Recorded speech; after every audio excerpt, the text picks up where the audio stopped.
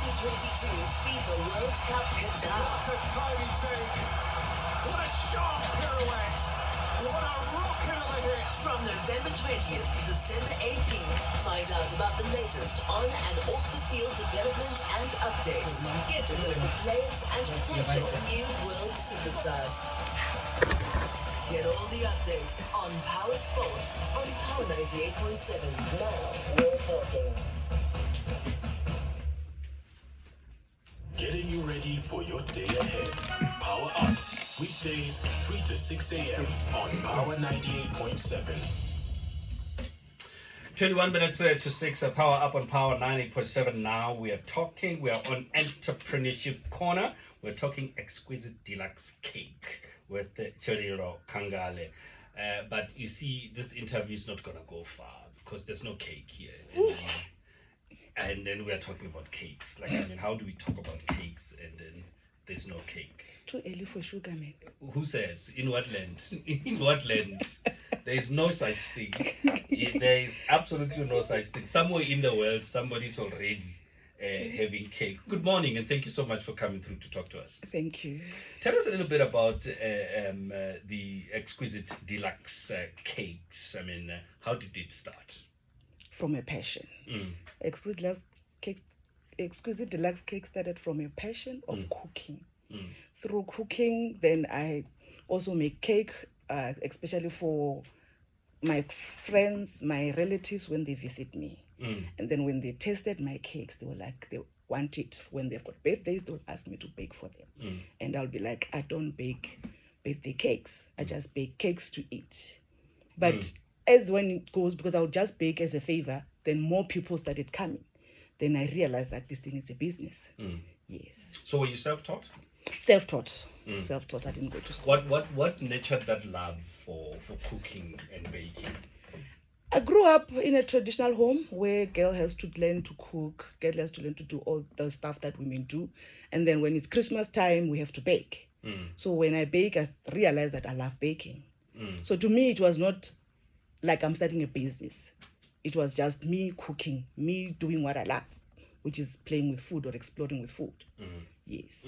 And I mean, so I mean, let's say it's almost one of those traditional things where again you would start doing it because it's a chore, but eventually you say it becomes a passion. When did you realize that no, this thing is no longer a chore but a passion that you can turn into a business? I actually discovered it very late in my life. Because I went to school and I studied and everything. I finished studying. Then when I'm into my profession, that is when I started doing the cakes for people when they visit me. So when they ask for more and their friends ask for the cakes as well, that's when I realized that no, I need to start charging this and formalize this thing and make it a business. So I could say it was a gift that I discovered very late, or a talent that I discovered very late, that it's something that I could use. Yes. And I mean, when we talk about cakes, how far and diverse are your cakes? Do you just do birthday cakes? Do you do wedding cakes? What do you do? I do cakes for all occasion. All occasion, I mean, I have had a customer who asked me for a funeral cake. Even? So, yeah, something that I've never had. So not a tombstone. Even sometimes they do ask for tombstone. That was a funeral. Emma Bill, so was it a cake that looked like a tombstone? Or it was just a cake with your picture. Maybe when you died, maybe you loved sugar too much. I don't know. I don't know. It's too dark. Yes, so that's why I say I make cakes for any occasion, depending on what the clients want. Yeah. Yes, it could be a cake just to eat at home, a cake maybe to have as a dessert when you're having friends, a cake for your birthday, a cake for your wedding, a cake for lobola celebration, a cake for baby shower, a cake for anything, as long as you want. So I mean, I did culinary arts, right? And you discover once, because there's baking and baking, right, where you can just bake a cake, and then when you go to school, you realize that there's more to it than just baking. Different methods, how to do fondant, how to do marzipan, how to do all these other things. So it's different style. How did you enhance that? Was it also self-taught, or did you have to go Google, YouTube, or how did you master that craft? Because eventually the decorating, it takes a lot of skill, it takes a lot of patience and hard work just to do. I still struggle with decorating cakes today, you know, but I can bake, but not decorating kimereko. You see, you went to school to study for it. I had a passion for it. So a passion for baking is like an addiction. So you always want to feed it. So once I learned how to make a cake, that means the next step was to decorate a cake. Then I had to go maybe to Google, to YouTube. And when they say you're Googling how to butter ice a cake. When you know that technique, you want to do something more. Maybe then you go to fondant. When you know the fondant, maybe you go to ganache. When you know the ganache, like you play around. It's a never-ending passion.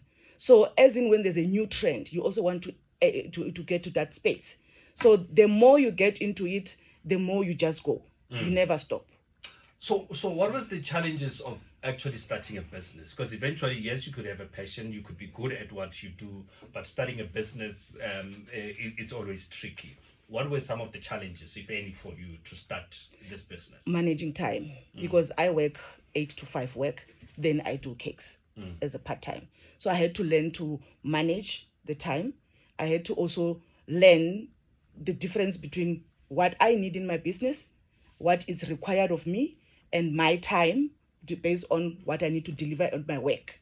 So managing the business and managing my work time was the challenge. So I've been challenging Sbu because I mean Christmas is about dessert, it's about sweet things. Would you make cakes for Christmas? Do you are you like the busiest around this time? That's like Christmas where people want cakes or they want other things? December time is a busy time because people usually get married in December. People pay lobola in December, and then on Christmas Day. I can get bonus. On Christmas Day, people want cake. These days, people have got this thing where they set up a Christmas table in their families. Yes. So they also want a centerpiece, which is a cake. Yes. We are in a conversation with Chiliro Kangale. We'll continue our conversation just after this. Oh, you're taking to the top? Yeah. Oh, that's right. So when do you want this? No, it was changed, but it's fine. Can I do it now? Yeah. Get it out the way. So what was that like today? Being confirmed it's about 10. And I was actually busy baking. No. You can't come here empty-handed. That can be arranged. No, we should have eaten it now. I didn't even think of that because I even had cupcakes which were extra. You see?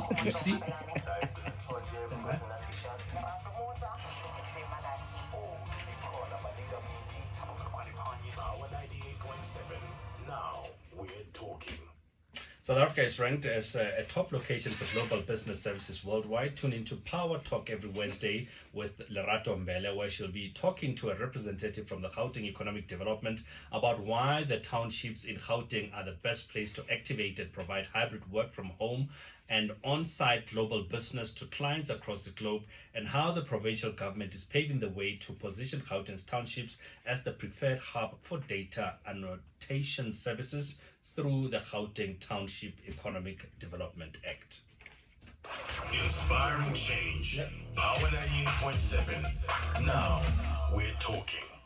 In conversation with Exquisite Deluxe Cakes, Chiliro Kangale is with us in studio. You come from a world of finance. As you said, you have an 8 to 5, 9 to 5 job, as we call it.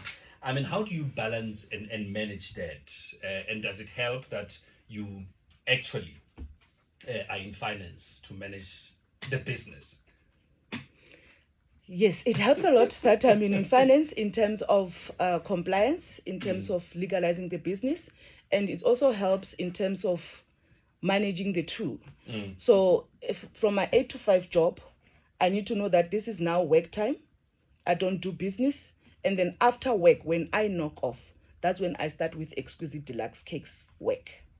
Yes. And I mean, if you look at that from showcasing just some of your work, how has the business grown in years? From as you said, from a passion that started with you baking for your family and friends. How has the business grown?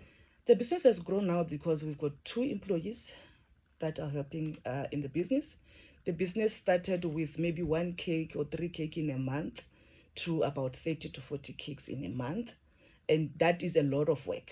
And then the business has also grown in terms of it has given birth to a new brand baby now, which is Baker's Market Expo SA. The business has also grown into doing classes, baking classes, where we teach other people how to bake. So it also it also gave birth to me being a content creator, something that I didn't even know, something that I didn't even think I would do. So the business is growing. Tell me about the Bakers Market Expo. The Bakers Market Expo, it's another space where I had to sit down and think that as bakers, we never get to be celebrated. We never get to have maybe Bakers Indaba or Bakers Expo or a space where we are only bakers speaking baking language. We have a function that is coming now, the first one that we're going to be doing in January for the bakers, where it's about a baker celebrating yourself as a baker, meaning that you're leaving your kitchen, you're forgetting about the customers, you are taking out that number that you've been saving for a special occasion that never occurred because we're always busy. Then you put on that number, you do a red carpet event where you enjoy yourself as a baker with other bakers. You get to be entertained and you get to be yourself. You get to also dress up, look exquisite, and then enjoy the day as a baker. Yes. So you know, when you talk about the expo, I mean, who gets to do that? Is it people bringing their stuff and showcasing their cakes? How does it work? We're going to have 2 expos. We're going to have an expo for the bakers where they will bring their own cakes to showcase their skills in what they're doing. And we're going to have another one where the suppliers of the baking industry will be showcasing their product. Most of us are home-based bakers, but our suppliers don't even know that they are supplying us. I'll give you an example. As when I'm growing in my business, I had to get something like a printer, but not a normal printer, a printer that prints edible prints so that I can put them in a cake like kid's cake, and then the kid has to eat the cake. So that means you have to use a certain type of a printer. But when I was doing the research, even those who were selling the printers didn't even know that there is something called an edible printer. So printing or pictures. So maybe there's a picture on a cake. No, on a cake. Yeah. Or is that the kind of printer that so you're talking about? that picture that you find on a cake is an edible e-picture. So it must be printed in an icing sheet and using edible ink. Yes. Yeah, no, there's a lot of things out there in terms of business. Now, when you look from a business perspective, what would you say has, I don't know, helped you grow the business? What was the key to where you find yourself, as you mentioned that at a point where you have even expanded beyond just baking? Being in a competition with myself, reflecting in what I'm doing, the passion and the love that I have also drives me to go further. And also look around yourself. What is happening? What are the other bakers doing? What is the latest trend? So always try to be relevant and be in the moment. You are also quite big with social media, with TikTok. Tell me about that aspect of incorporating social media and things like TikTok into business. How has that helped? In growing your business, because a lot of people don't realize the importance of social media and how it has helped a lot of businesses and a lot of people in launching their products. Look, social media plays a very big role in terms of promoting small business or businesses. I joined TikTok very late and I regret that because I didn't even know what TikTok was. I still remember when I heard the word TikTok, it was a mother who wanted a cake for a child and said a TikTok cake. And I'm like, what is that? Said, this kiddies thing that they always watch on the phone. And the second one came, I want a TikTok cake. I'm like, what is this thing? So I had a TikTok app on my phone. I just never opened it. I just never used it. I was on Facebook. I was on Instagram. And then TikTok is different in terms compared to those 2 platforms in terms of viewership. When you are on Instagram, it's mostly your followers who sees your work, also on Facebook. But on TikTok, it's everyone who's got interest in what you're doing. For instance, if you like watching cooking things or cakes, that means TikTok will feed you in your For You page that kind of content. That means then other people are able to discover you. That is why if you look at TikTok now, I've got more followers compared to Instagram and Facebook and Twitter combined together. So TikTok brings a lot of customers. It keeps me very busy. And then it also taught me to be a content creator, because the more I watch it, I also watch other videos. Then I'm like, I can do this, I can do that, I can do this. Then I started doing that. And the more I invested in that or in that type of content, that is when I had more followers. But it's a lot of work as well. Yeah. So you have to constantly keep. So what do you post on TikTok? Like you in the kitchen, in the bakery, making cakes? They say everything that you do is a content. I'm sitting here now making content. Okay. It's a content. Whatever you are doing, wherever you are, it's a content. But when I got into TikTok and I started posting what I was doing, I realized that there are a lot of people who have no idea how to do things. You just said you can bake a cake, but you cannot decorate. That means if you find me mixing butter icing, for instance, you'll be like, okay, I'm at a stage where I can just do a cake. But now there is someone showing me how to do a butter icing cake. If I'm applying it, others already know how to make it and apply it, but they don't know how to make it smooth. So I'm like, okay, this is how you make it smooth. Others don't know how to color the butter icing or the fondant. Others don't know how to do the marble. So whatever you are doing, it's a content. I also do the cooking as well. Whatever I'm cooking, I will tell you that I did a content cooking pap. Just a simple pap. And that thing is sitting at over 200 million views. It was not cakes. It has nothing to do with cake. It was just pap. Very interesting indeed. And just as we wind down the conversation, I mean, you said earlier on you had somebody who actually wanted a funeral cake, but what's some of the weirdest requests that you've had? I mean, we see now cakes can take any different kinds, from beer bottles to TikTok to anything, a shoe and all those things. What are some of the weirdest requests that I will tell you what, I'm still not comfortable now to post it because I'm a mother and we call them exotic cakes. Or daddy, baby shower and all those things. Or bridal, naughty bridal, or bridal, things. naughty 30, whatever.